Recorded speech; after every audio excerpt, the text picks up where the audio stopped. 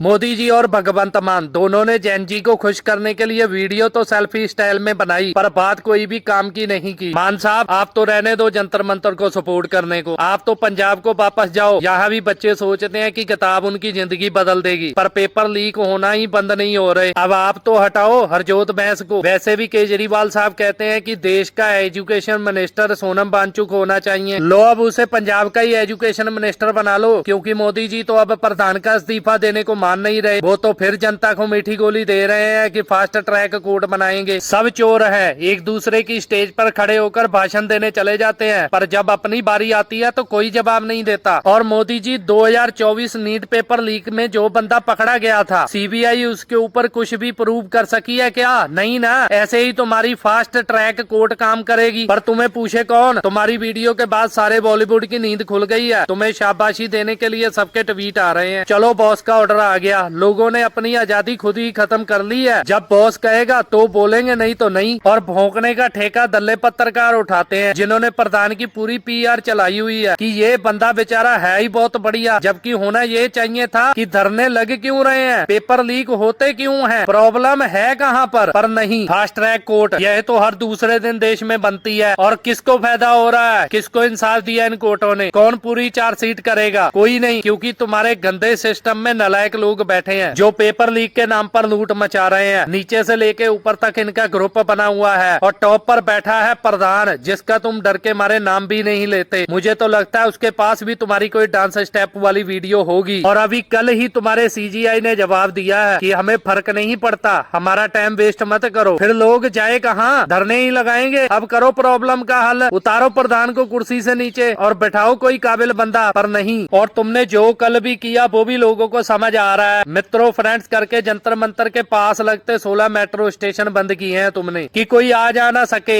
ऐसा क्यों? और कन्नाड प्लेस के भी पास लगते जितने कैफे रेस्टोरेंट थे, इन्होंने उनको 6 बजे तक बंद करने का ऑर्डर दिया है। इंटरनेट पहले से ही बंद है। अब जितने लोग कम से कम धरने पर होंगे, सरकार उन्हें आसानी से खदेड़ सकेगी। इसलिए इन्होंने देर रात वांगचुक की हंगर स्ट्राइक भी पूरी करवा ली, और मोदी की तरफ से वीडियो डालकर फॉर्मेलिटी भी पूरी कर दी गई। अब इसके बाद जो भी स्टूडेंट वहाँ रुकेंगे उन्हें देशद्रोही बनाकर डंडा चलाया जाएगा। सीआरपीएफ, आईटीबीपी, दिल्ली पुलिस पूरी तैयारी खींच चुके हैं। अगर पहले थोड़ी बहुत कमी पेशी रह गई थी ना, अब इन्होंने कोई कसर नहीं छोड़नी। अगले 1-2 दिन में धरने पर तगड़ा लाठी चार्ज हो सकता है। भगवंत मान साहब, जो पंजाब में नरेगा या सफाई कर्मचारियों पर डंडे चल रहे हैं ना, वो भी दिल्ली स्टाइल ही है। अगर तुम्हारे दिल में बहुत दर्द हो रहा है ना, इन पर काबू पालो। यहाँ तो तुम ही राजा हो, दूसरे की स्टेज पर जाकर समझदार ना बनो। और जिन लोगों को आज धरने से प्रॉब्लम है ना, वो बस थोड़ा टाइम और रुको। राज्यसभा में बीजेपी की 10 सीटें और बढ़ लेने दो, फिर अगले कुछ सालों में धरने भी खत्म और डेमोक्रेसी भी। इंडियन पॉलिटिक्स तुम्हारी आंखों के सामने बदल जानी है। आपके क्या विचार है? कमेंट में जरूर देना। धन्यवाद। फॉलो कर दो।